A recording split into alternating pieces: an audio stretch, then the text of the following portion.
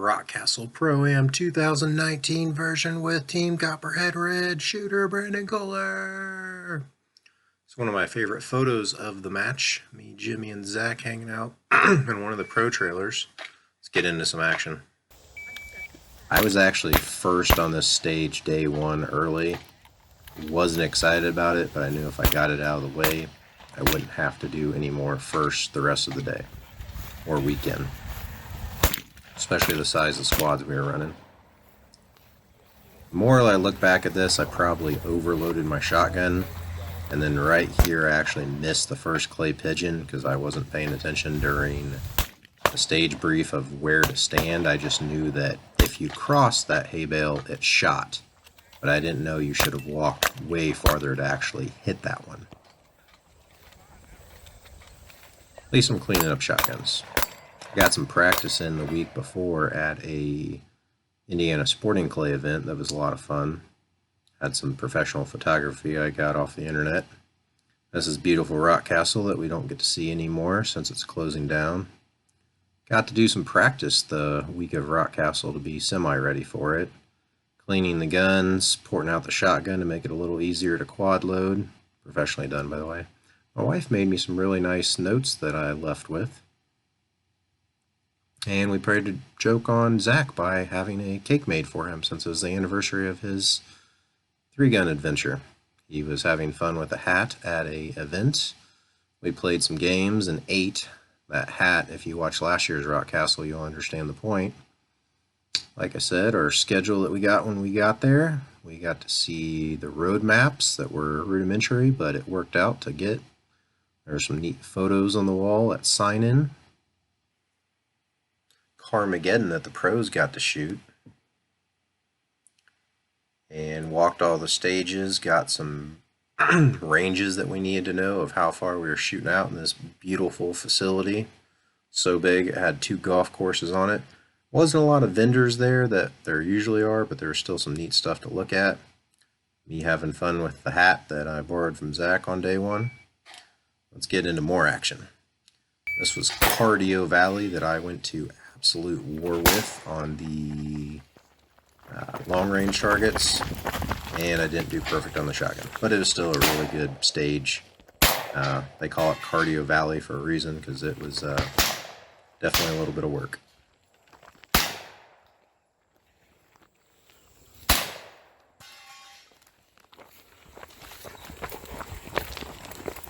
Here at the end, I'm actually going to minimize my video and then show my friend Jimmy's video, because he killed it on the stage and just did this John Wick pistol shooting.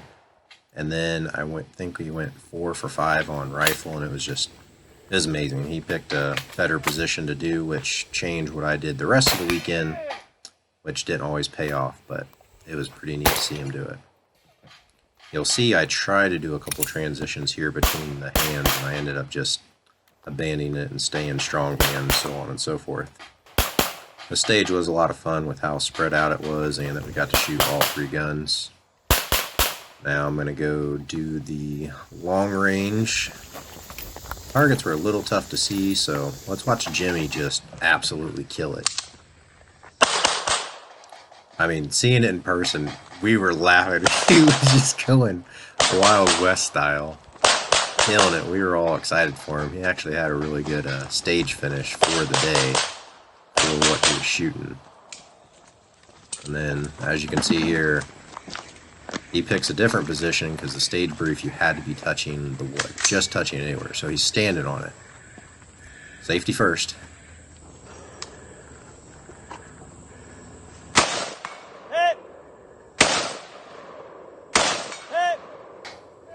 Jimmy says it. Holy shit, Jimmy. He killed it. He stood up. And I'm actually still shooting my stage. Woohoo. We were hanging out for lunch, getting ready for the next stage. I actually probably had a concussion shooting this stage because I hit the barn on my way out with the bill of my hat and shook the entire thing. But I'm like, let's go. Didn't really affect my pistol accuracy, but it might have affected my pistol decision-making ability, because after I cleaned this pretty well and had the crowd excitement, I went for the Texas Star at a very long distance and went to war with it. That was probably about 15 seconds I just skipped because it definitely killed my time here. And next time I would have choked up more because people were just fluffing those targets. They weren't even falling over. I was excited that mine actually went over because I didn't know what to expect. This was a lot of fun to run and gun on this area. And had a couple slugs. The slugs this year weren't too terrible. I thought they were well positioned, good distances. There's one stage that they were tough to get because they were so small. But let's clean up some long range.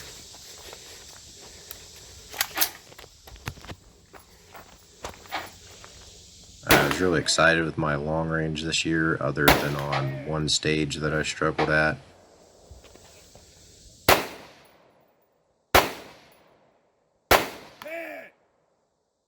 Continuing to shoot. I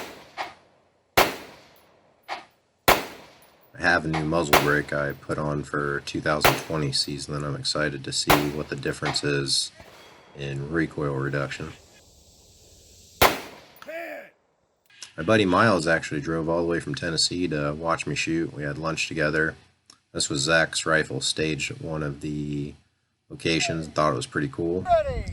Let's jump into more shotgun shooting. I'm going to try to game it right here and dip down just a little bit to hit 2 shots.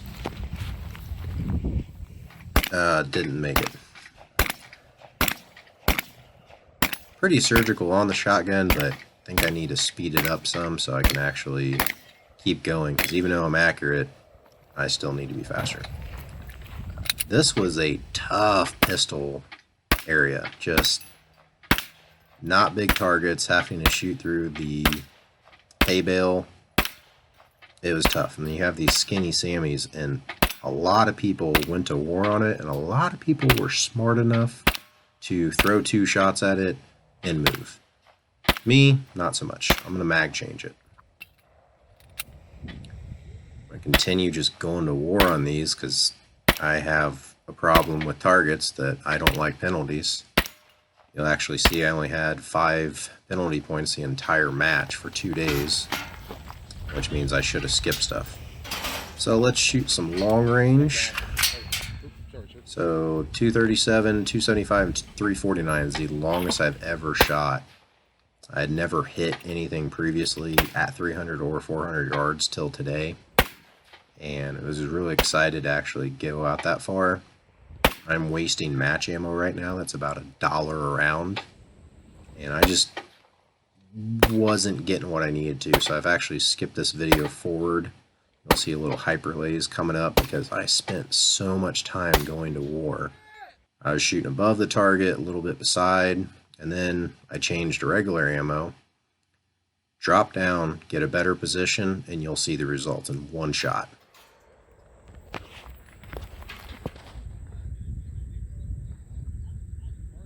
So I went to war for a long time and a lot of rounds, and the one thing that saved me was the right position. We actually interrupted the Legends lunch, got some great pictures with him and a couple autographs. He's a super nice guy. Jumping into this, I have no idea. The phone footage was messed up for some odd reason. I tried checking the stage that a friend sent me on Messenger. Just as bad. I have no idea what was going on. We're just going to run through it, see what happens. So we've got these nice little spin around targets that are not bad for a shotgun. They are a nightmare for pistol, which we'll see a little bit of on the way back.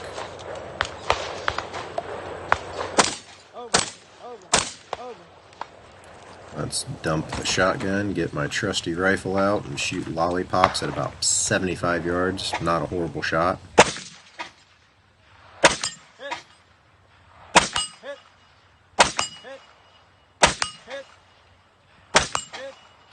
Moving forward, we got a little bit of long range. I actually borrowed my friend's MBX base pads to get a better shot here, and didn't clean it, but went pretty well on all the way out to 245 yards.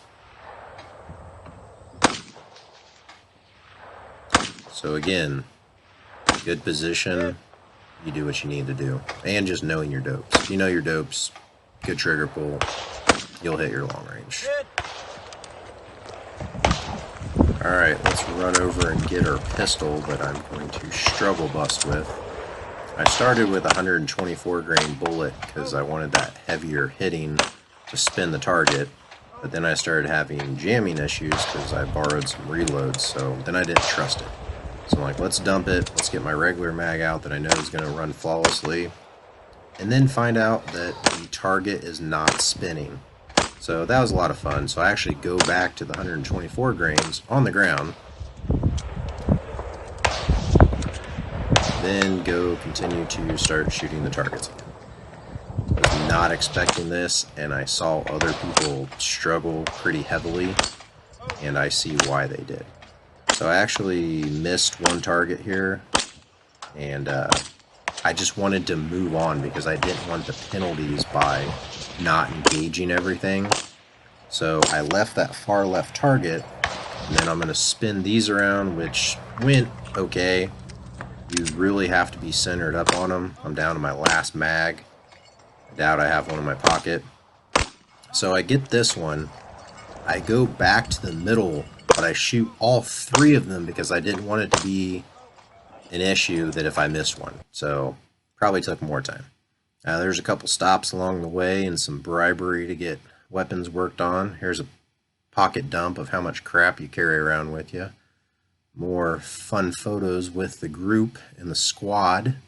Truck was trash by the time the end of the weekend happened.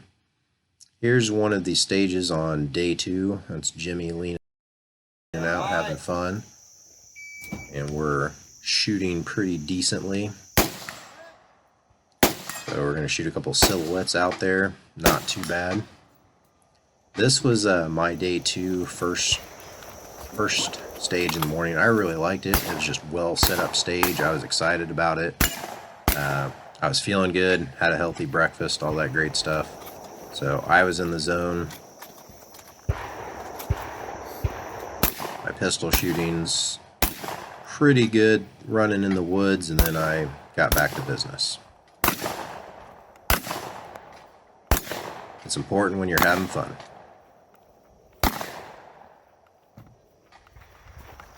There's a lot of hidden targets, so you gotta be careful not to miss anything. I like this one on the run. Ow.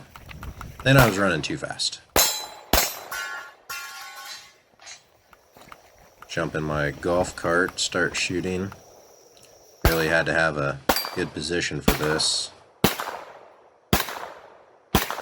I'm actually shooting left to right versus waiting on everyone to hit, which is why I skipped a couple. And I've felt my target transition get better with that because I'm forcing myself to go to a new target. Me and Jimmy having fun on the long range. It's just such a pretty sight. Too bad it's going away. They actually threw some fireworks and parties for us. This is one of the most exciting parts of the match, was the Pro-Am shoot-off where you're paired with a pro. This is Ryan Muller and Caleb from Indiana Multigun actually partnered up and won in the semifinals. They made it really far. I was really proud of them.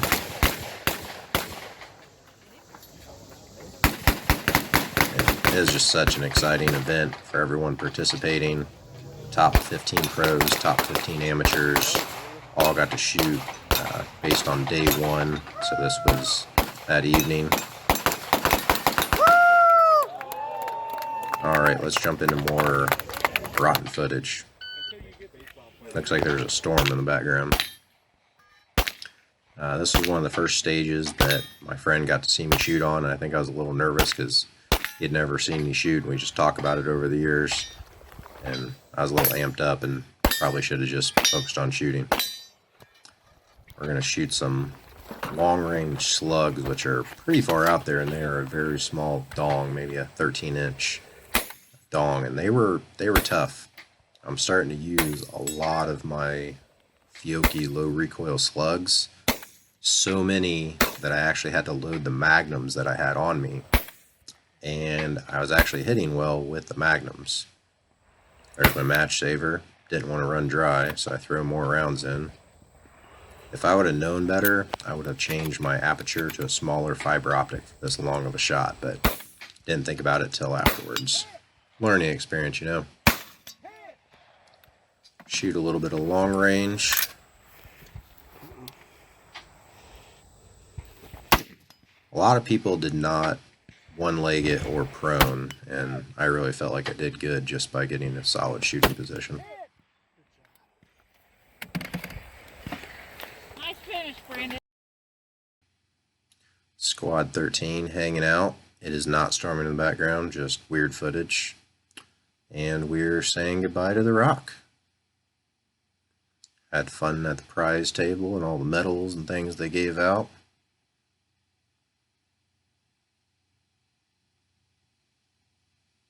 And I got 131st on the prize table pick, which wasn't awesome, which meant I got to stay a long time and wait for my prize, but I was with some new shooters, so it was a good time.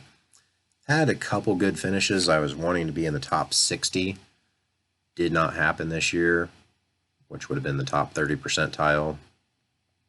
Having fun with Weatherman on one of our last stages. Then we were headed home. Had to get some Rockcastle. So again, bye Rockcastle Pro-Am. We're going to miss you. It is my first major 3 years ago, and going to miss it.